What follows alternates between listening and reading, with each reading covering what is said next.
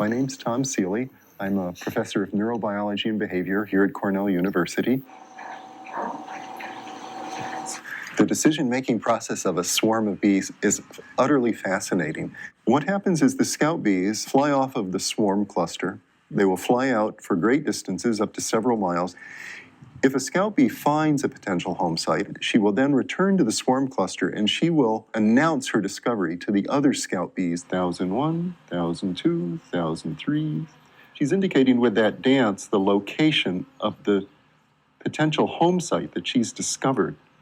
And she indicates the direction by the angle at which she orients her body as she walks forward, waggling her body.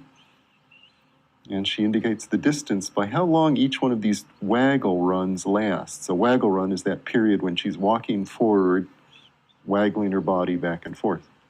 Other bees are watching her dance, listening to her dance, getting the information, and then they will go to the site. If they agree that that site is really good, they in turn will come back and perform their own dances for that site. And then that will stimulate even more scout bees to go to that site. One of those sites will first reach what we call a quorum, a threshold number of bees that are visiting that site.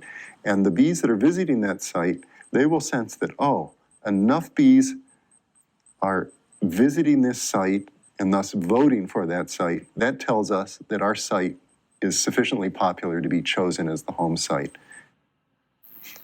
One thing to keep in mind about swarming is that it is a completely natural process. It is how colonies reproduce, it's how they multiply.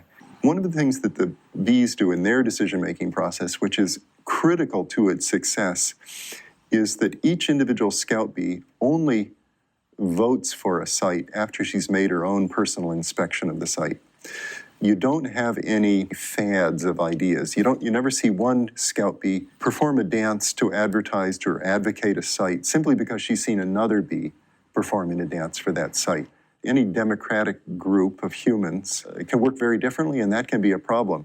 Individuals can join in on an idea, maybe advocate or vote for an idea even without knowing much about the idea, without exploring the idea closely themselves. It's interesting to compare the democratic decision-making process of the bees to human situations, whereas the bees in a swarm, their interests are perfectly aligned. They all want to find the best possible home.